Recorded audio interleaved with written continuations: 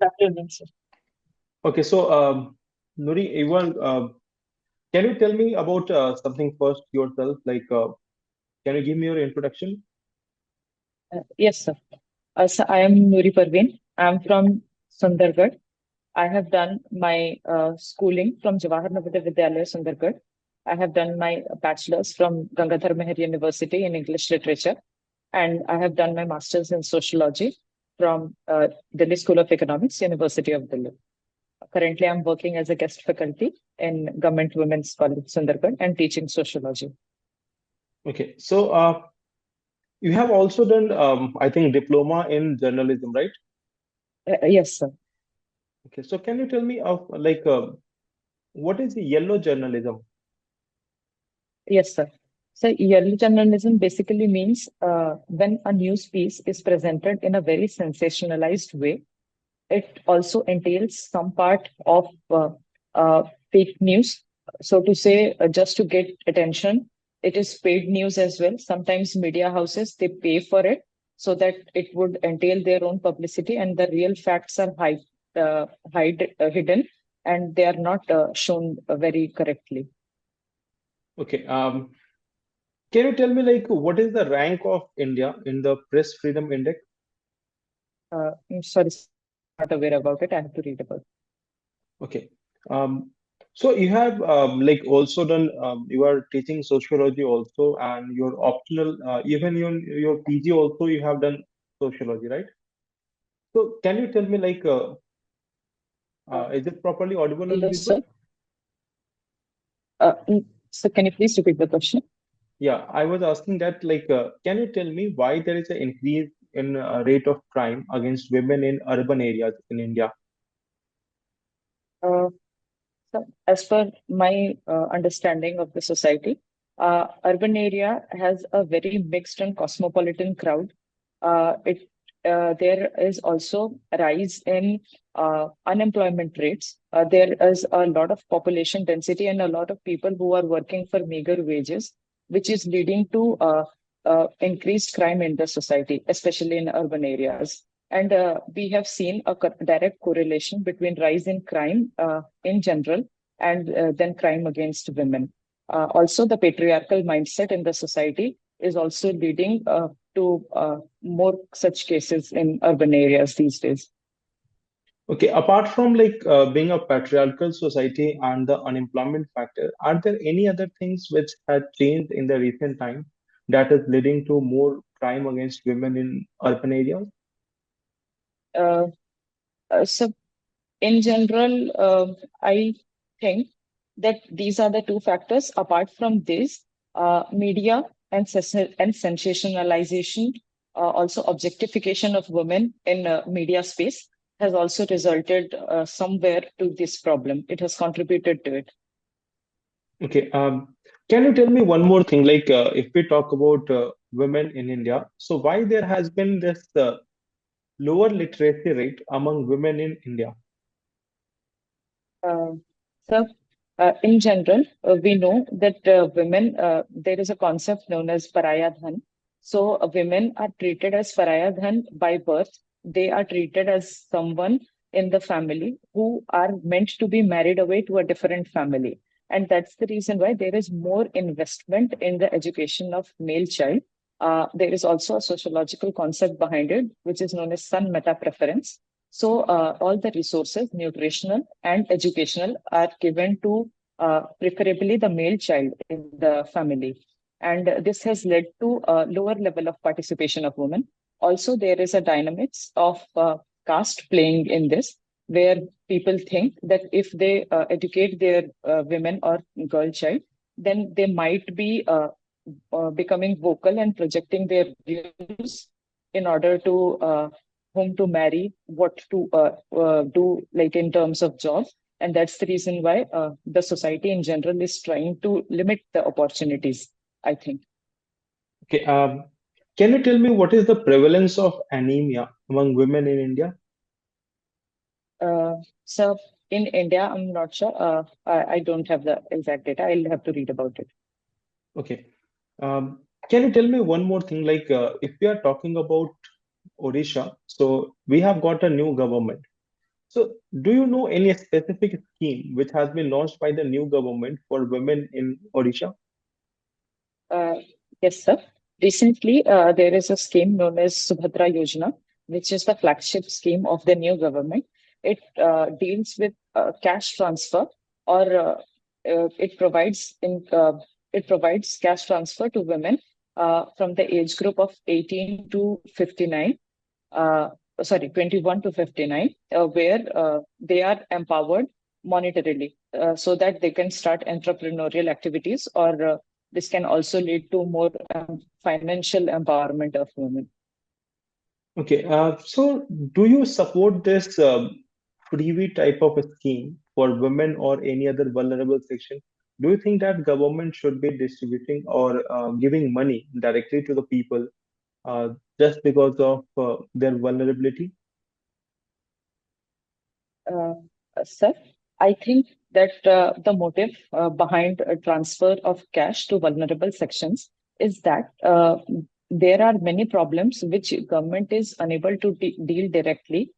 Economic empowerment somehow, uh, providing them monetary transfers and economic empowerment would lead them to make better choices in terms of nutrition, in terms of educational choices, in terms of entrepreneurial activities. The last leg which the government is unable to cover will be dealt with the money which government is transferring. So I think that's the motive behind direct transfer of cash to vulnerable sections. Okay. On in the same context, if we talk about, do you think that India needs a universal basic income? Uh, Sir, right now, there are multiple schemes which are working in conundrum to cash transfers. There are subsidies which are given to vulnerable section. There are scholarships as well.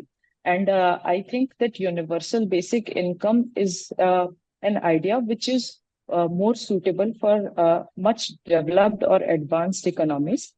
Here in India, I think that targeted way of benefit delivery is much more suitable in our case. Okay. Can you tell me your hobby has been playing kabaddi. So can you tell me why there is lesser popularity of games in India other than cricket? Like if we talk about cricket, it is widely popular. But if we talk about other games, it is not given that much of limelight. It is not having that much of sensation. So what are the factors responsible behind it? Uh, so there is definitely a disparity between kabaddi as a sport, between different sports and cricket. The main factor can be that there is a wider availability of media rights. There is more cash economy related to cricket, and there is more viewership in that because of our colonial past also. That has also led to somewhat more popularity of the sport. But in the recent times, there has been a wide-ranging popularity of other sports as well. As so to say, kabaddi, when we are talking about, there are different tournaments like Pro Kabaddi League in India, which is leading to worldwide popularity of India of kabaddi. There is also different kinds of World Cup, like the FIH Men's World Cup, Women's World Cup, which Odisha organized, which is leading to popularity of hockey as a sport. Also, we have seen athletics is picking up. So I think, sir, all the other sports are also matching. They are coming to forefront. Chess is also an example where our team India, both men and women team, they performed really well in the Olympiads in Budapest. How many medals we have won in Olympics this year, this time? Uh, Sir, I'm not sure about the exact tally, but I know that it's 11 or 10, if I may. I'm Okay. not sure. It's around 6 medals which we have won in this Olympic. Okay. Um, can you tell me what are the responsibilities of a Gram Sevak? Uh, so a Gram Sevak basically deals with so they are the face of the administration in the panchayat level.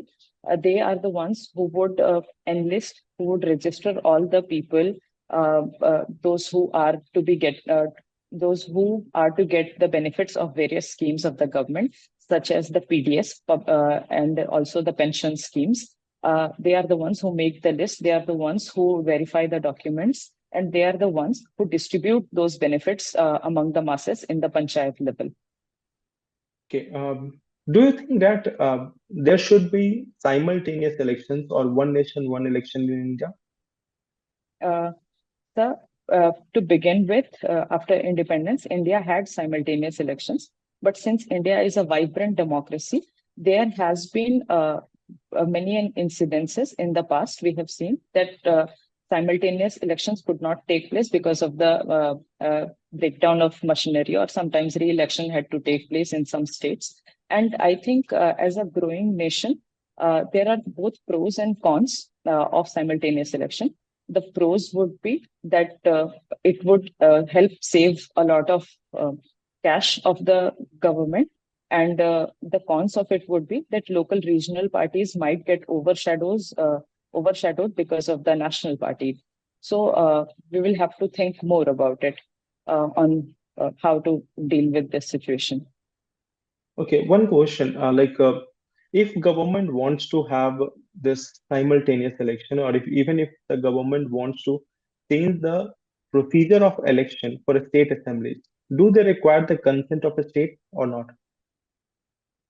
So I'll have to read about it. Okay, fine.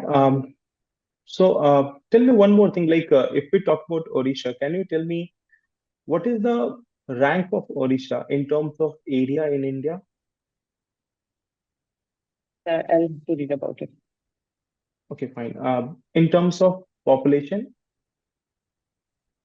Mm, sorry, sir. I'm not sure. how many I'll have to. districts we have in Odisha? So 30 districts. Okay. Can you tell me which one is the largest one? So Ganjam, as per my knowledge, is the largest in terms of area. Okay, fine. That will be all from my side. Did you say? Thank you, sir. Noorie, how are you? Hello, sir. I'm good. Thank you. Okay. So, fine. So let's start the formal interview part. What is the meaning of Noorie exactly? So the word Noorie means light in Arabic. It has other synonyms as well, like Roshni. Okay. So, you have studied in Jawahar Navodaya School, right? Yes, sir. So, what was the purpose to build such schools? Sir, the purpose behind making Jawahar Navodaya Vidyalaya as a school was to give quality education to the last mile. It wanted to provide good quality education to the rural areas, especially, but not limiting to it. And also, the students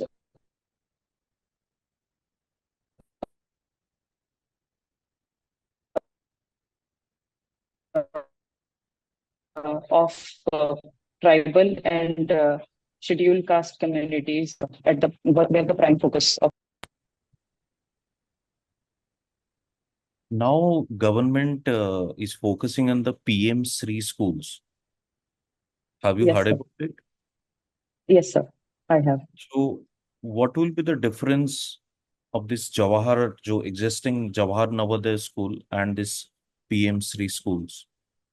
Uh, So PM Shri schools are basically an umbrella initiative which aims to implement the national education policy in selected schools all over India. Jawahar Navodaya Vidyalaya schools are coming under the ambit of it. So they have selected Jawahar Navodaya Vidyalaya and Kendriya Vidyalaya. All these schools are coming under the PM Shri initiative. They would work as model schools so that the way in which they are implementing NAP can be replicated all over the state or all over the district in general. How can these Jawahar Navodaya Vidyalaya schools are different from the Kendriya Vidyalaya? So Jawahar Navodaya Vidyalayas are essentially 100% residential schools. So there are school. So there is a JNV ST test, which is the selection test for getting admission into the Jawahar Navodaya Vidyalaya. Whereas Kendriya Vidyalayas are built in urban areas and they are not residential. They are targeted. They were mainly built to cater to the children of government officials, those who are getting regular transfers, especially in the central forces or the central government. So their kids needed quality education. That's the reason why government decided to build Kendriya Vidyalayas in urban centers in every district. Okay. What I found in your CIF form, CIF and attestation form, there is a 1 year gap. There is a year gap in your study, like from graduation to post graduation. So, what exactly were you doing in that year? So after completing my bachelor's, I started preparing for UPSC, but I was underage, so I could not appear for the exam, and hence I took admission in master's in Delhi University. Okay, fine. Uh, can you tell us something about Gangadhar Meher? Yes, sir. Gangadhar Meher was a Odia poet, and he used to write on themes of nature, Odia nationalism, and he used to write in Odia language. His writings included various poems such as Utkal Lakshmi, and these poems they ignited the fire of nationalism, and they were very much crucial in the independence movement. That's the reason why he is treated as a very important popular poet in Odisha.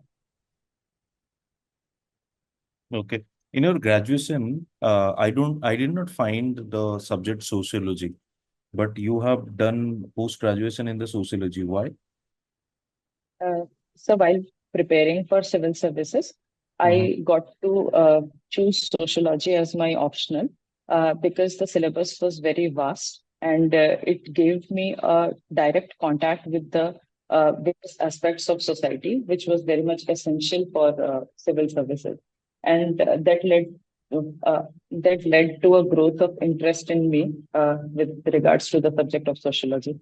That's why I chose sociology as a subject in my master's as well. Okay. So for the civil service purpose, you have chosen the sociology as a subject. Yes, Okay. sociology is my optional. Okay, fine. So I think you must have gone through this news that recently government withdrawn this proposal regarding the lateral entry of civil service. Do you support this lateral entry in civil services?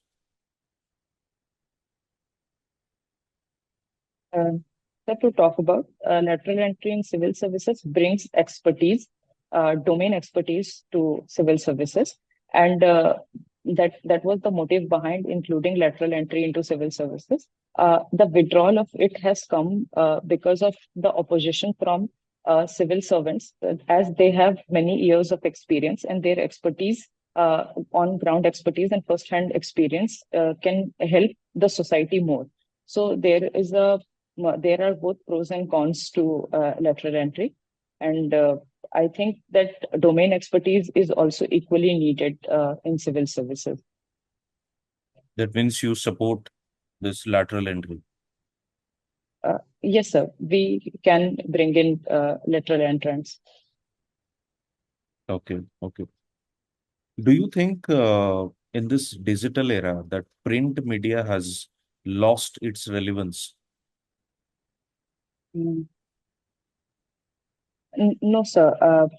I think that print media, that importance might get overshadowed in the urban centers because of the good internet connectivity and penetration. But then in those areas where internet connectivity is not so good and people do not have access to mobile or internet devices, their print media is still the source of news dissemination.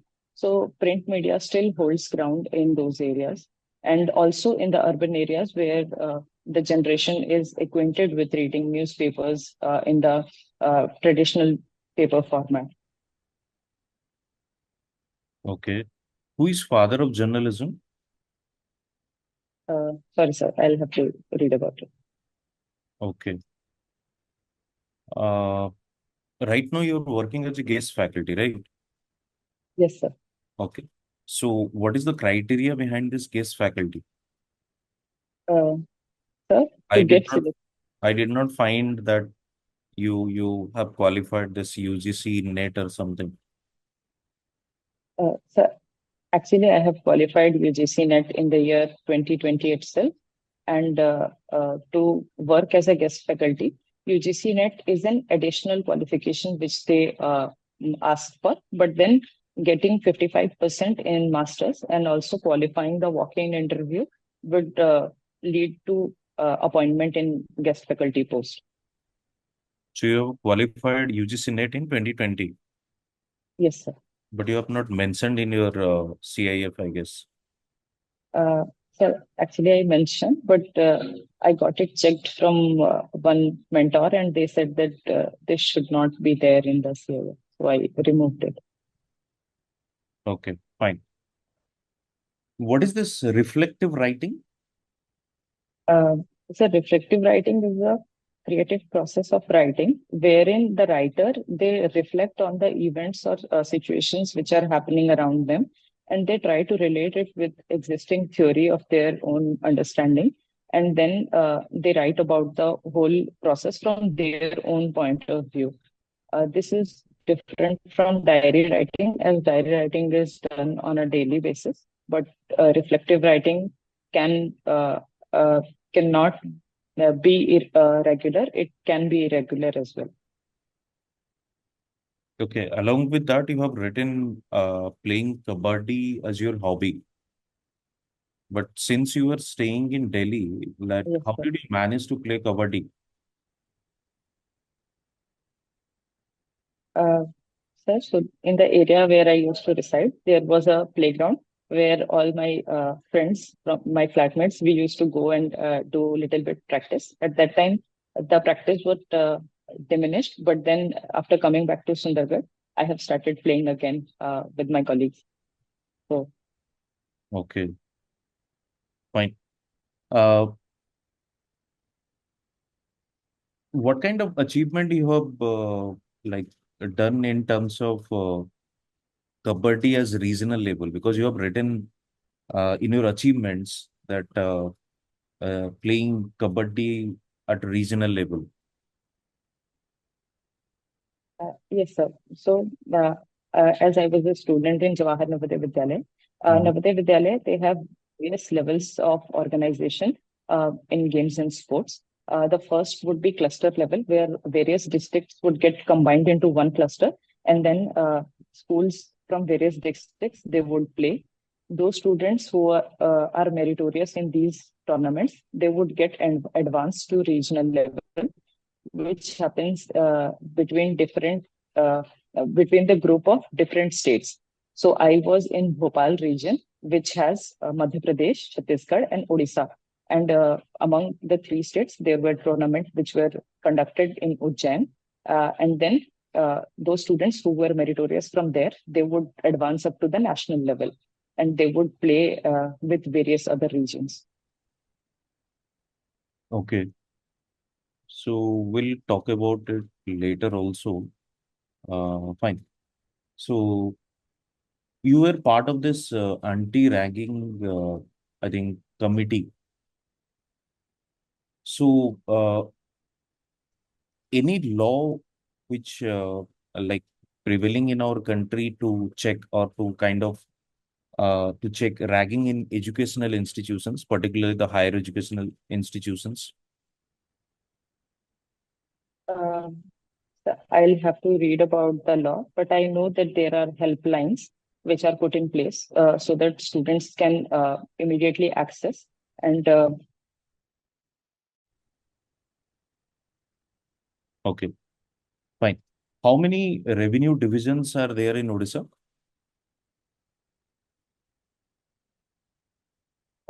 Sorry, sir, I'll have to read about it. Fine. What is the literacy rate of Sundargarh as per 2011 census? Um, as per my knowledge, it is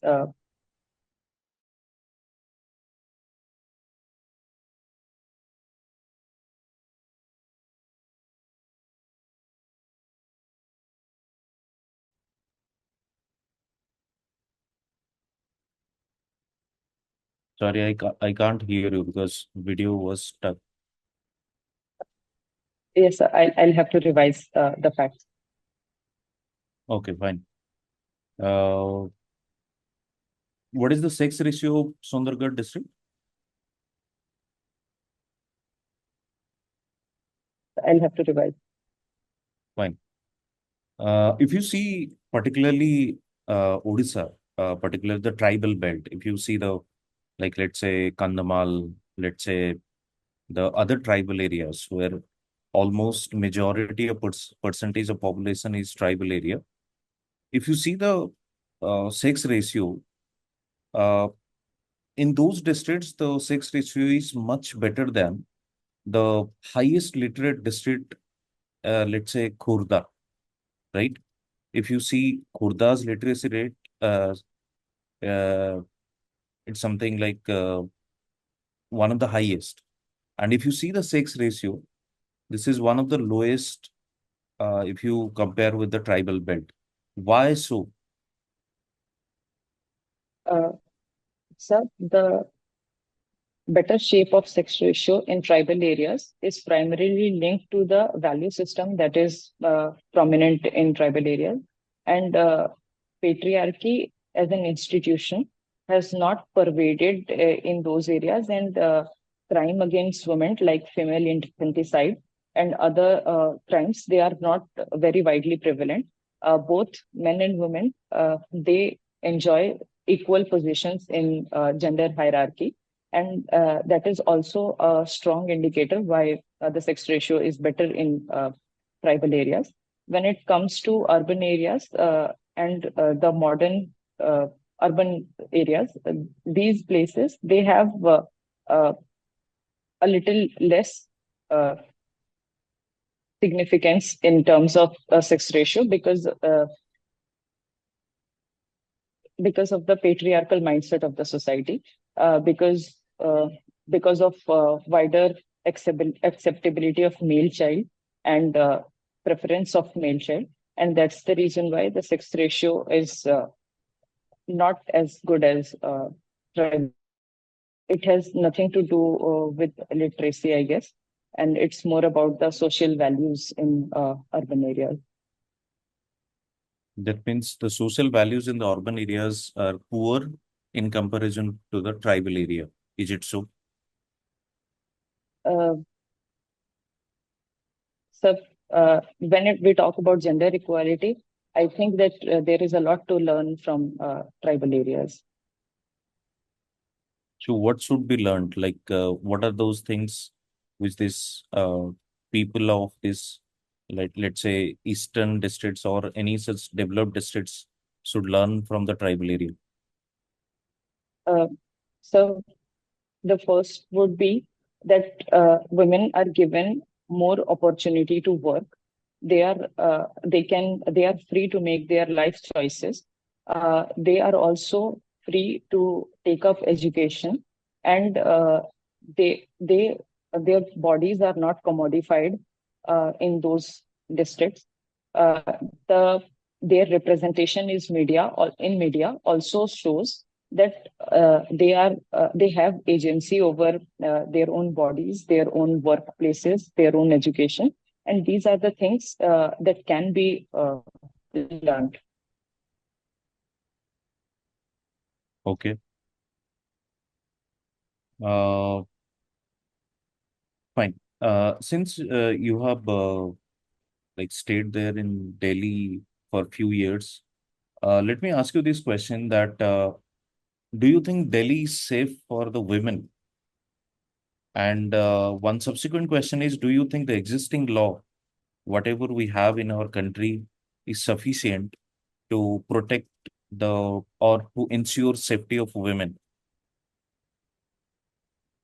Uh, so in the recent past, there have been incidents where women's sanctity and their safety has been compromised. And that's the case in most of the urban cities, as we are seeing a rising trend on that. Uh, when it comes to Delhi, Delhi also lies in that zone where women's safety at times is compromised. But uh, I have also seen positive examples of women taking agency, and they are coming up to work. They are free to travel many a times at night as well. When it comes to the law, we have many laws in place, but I think that the lacuna is lying in the implementation part. We need to implement it more better way. Also, the civil society and citizens need to be very much proactive in terms of making the society a safe place for women. So it has to go both ways. The law has also to be strengthened, and the civil society has also to be participating strongly in this. Okay. In the present context, in if you see the let's say socio-political scenario of your country, do you think secularism is prevailing in our country, or do you feel the current socio-political situation is a threat to our secularism or secular value in our country?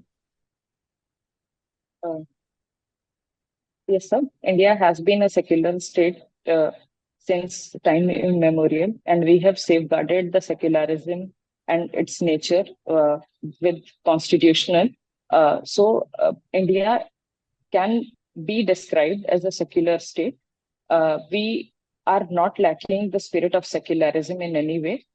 Yes, there are some lacunas in the part of the society where we can see that there are some fringe elements which are working. But then, in general, I would say that India is and will be a secular space in the near future as well.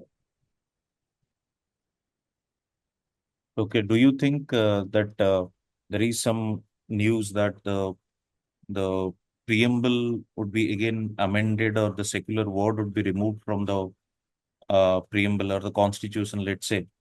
So, do you think the India will remain same even if we will remove the word secular from the preamble?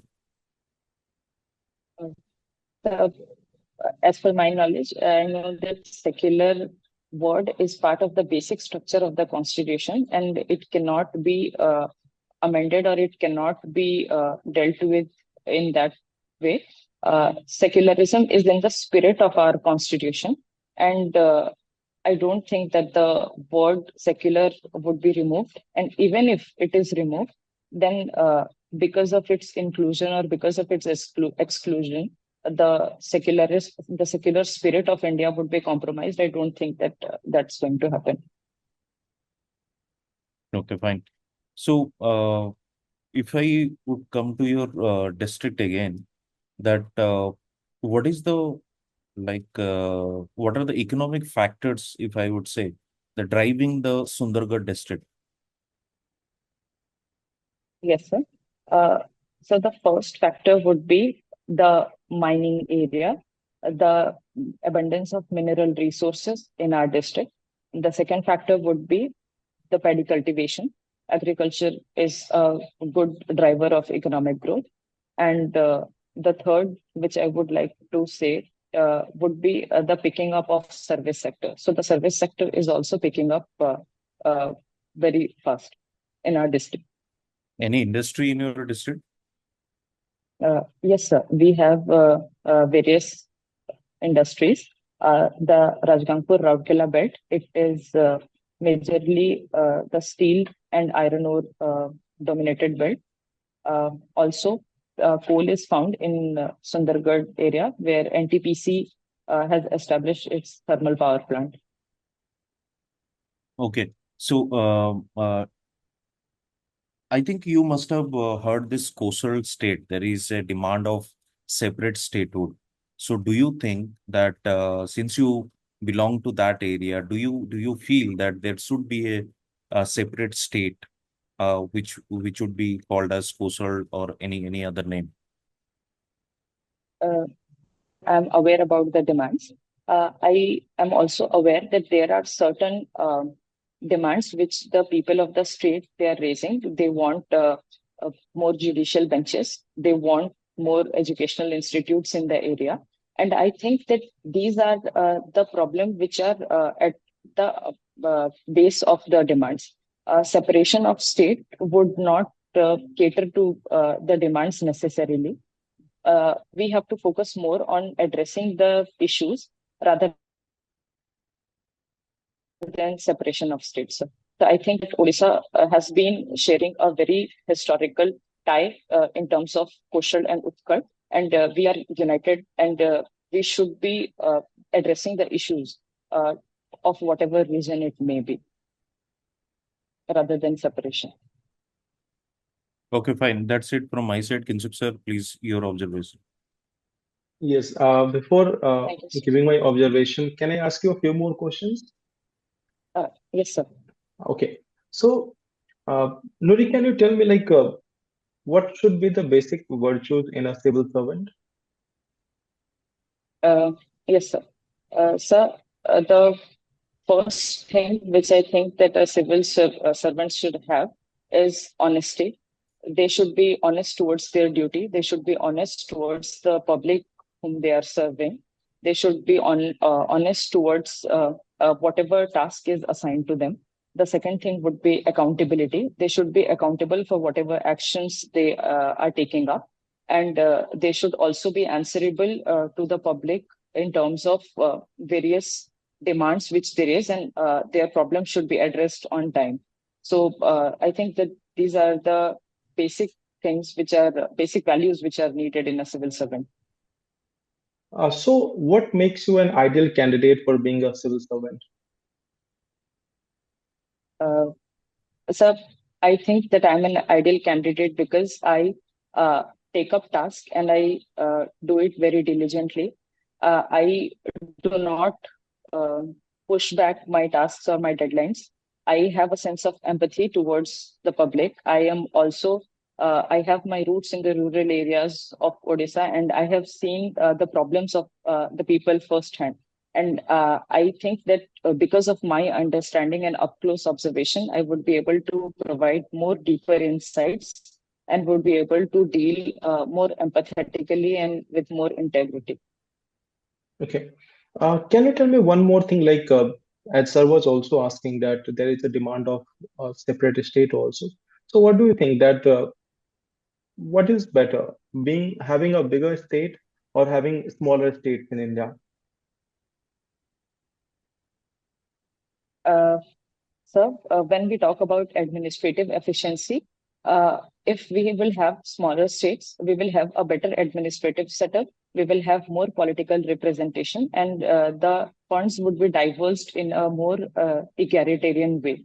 And smaller states would cater that demand. Larger states do have problems which are leading to disparities among regions. We have seen this in the example of Maharashtra, the Vidarbha area. It is lacking behind. Same goes for the Rayalaseema area.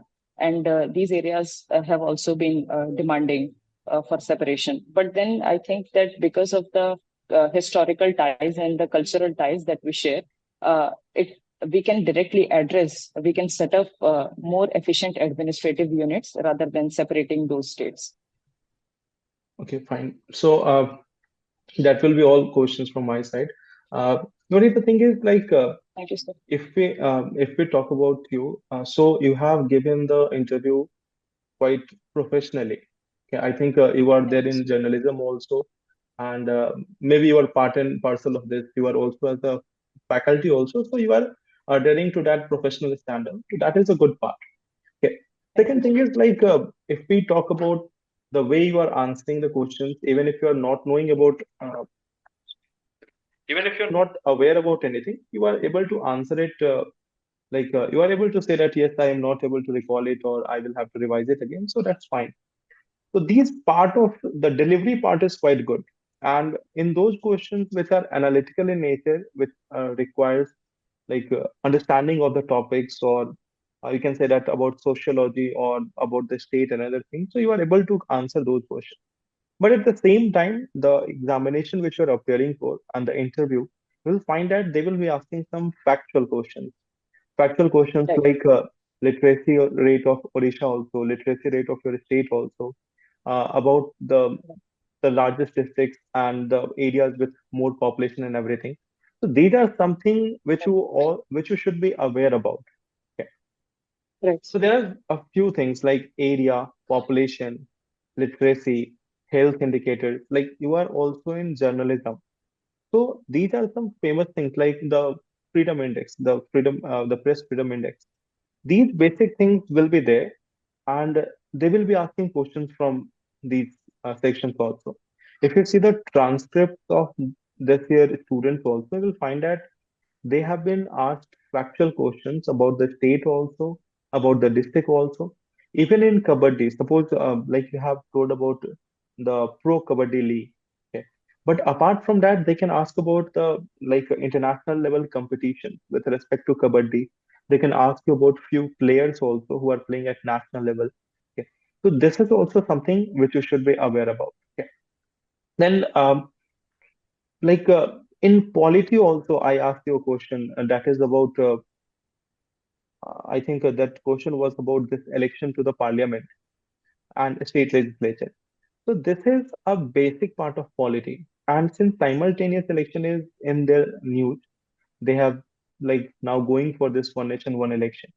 So you could be asked some basic parts also, like for which we need ratification by states, which we need simply special majority and other things.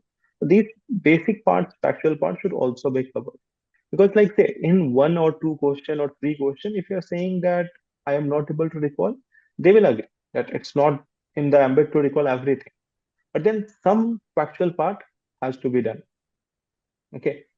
Otherwise, that other apart from that, all other things are quite good. The way you are like delivering the answer, the way you are going into the deeper insight of topic, that is good. Yeah. You have the knowledge, understanding of all these things. Just work a bit on factual part, and we will see you in the list. Thank you so much, sir. That is it. Yes, I am totally agree with the Kinshuk sir. Particularly since you are preparing for the UPSC, you have like broader knowledge and you have this kind of opinion with respect to the national issues and those kind of analytical issues. But what I found that when I started asking about the district, which will be your 40 to 50% of your questions in a real interview, OPS interview, because what I have gone through, what I have spoken to the students, those who have already given the interview, 50% of the question they are asking on school, on the district particularly, because generally we have the schools on name like any famous personality name. Let's say your college was yeah university was this Gangadhar Meher college or university. The similar kind of question they will ask definitely. Who is Gangadhar Meher or your demographic profile of your district. Let's say administrative division. How many panchayats are there? How many blocks are there? All those things they are going to ask you. Any tourist place in your particular district. So this part also we have touched, but not that much. But still, you have to prepare it because most of the question they are asking for the district data, and you are confident enough that that's good. One of the like your strength area, and history also you have to be a little bit careful. Mostly the Odisha history, right? So go through that factual things they can ask you, and keep smile on your face. That is one that will boost your confidence as well. And I don't I like why you have not mentioned this UGC net? Because see, you have not written in the CIF and attestation form, but still I was able to find it out. You have qualified this UGC net because there are people those having this academic background. They are sitting in the interview. They will definitely ask you on this case faculty part.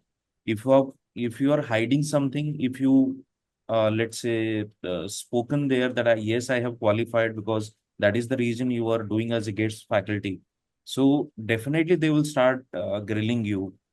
What is the need to hide this UGC net? And you can write in your kind of a special achievement. This is your achievement, right?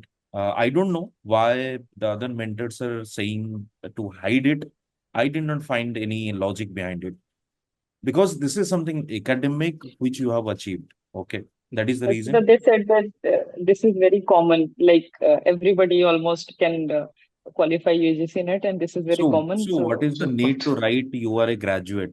It's very common, right? everyone right, who is doing this, Everyone is a like, graduate. right, What is the need to write it?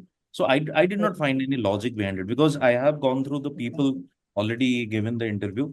Uh, like professors, retired professors from academics, they are sitting there.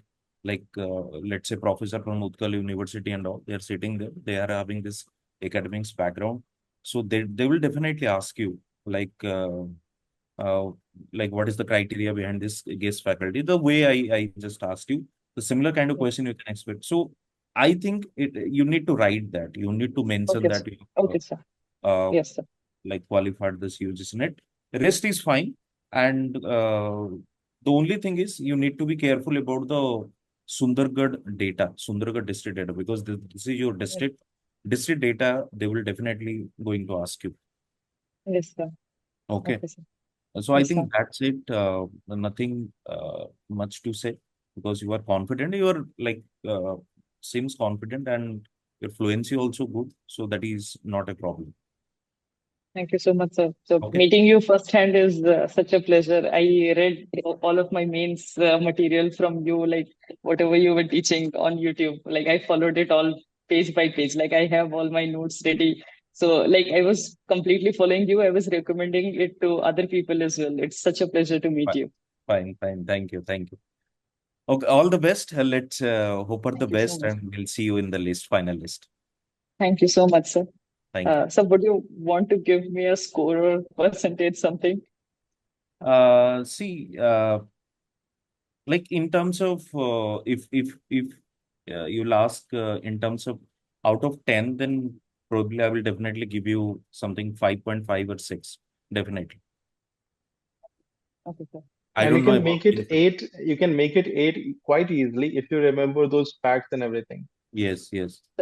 Thank you. Yes, sir. So, Of course, I'll work on that. I have this list ready. I have like all of the questions about facts which you asked. I have all of it written down. But since I had exam in the morning, so I could not revise, and that's the reason why I did not wanted to bluff.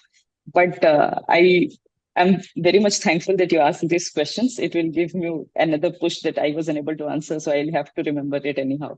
See, Uh, the interview or this personality test is about exactly the personality, right? Knowledge that does not matter since that has already been checked. But the people who are sitting in the interview, they are expecting you should know those basic facts from your district and the area. So that is the reason they are yes, sir. asking questions. And if you are not Definitely. going to, or if you are not able to answer, then that will create a kind of a negative kind of thing. So better to Yes, sir. be safe side on that, and the rest is fine. Definitely. Yes, sir. Okay, Thank you so much. thank you. all the This best. Thank video you, sir. has already been recorded. That will be given to you. Okay. Yes, sir. Thank you so Okay. much. You can leave now. Okay. All the best.